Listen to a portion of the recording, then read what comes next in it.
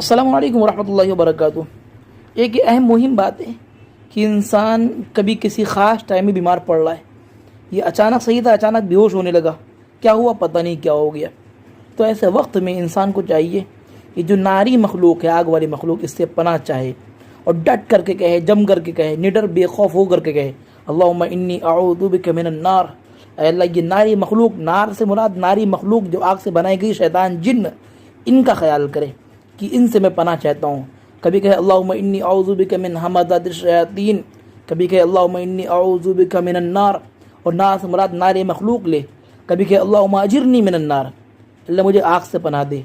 आग से मुराद आग की मखलूक ले, ये माना मुराद लो और जम करके डट कर कहो और अपने तुम ताकतवर बनो।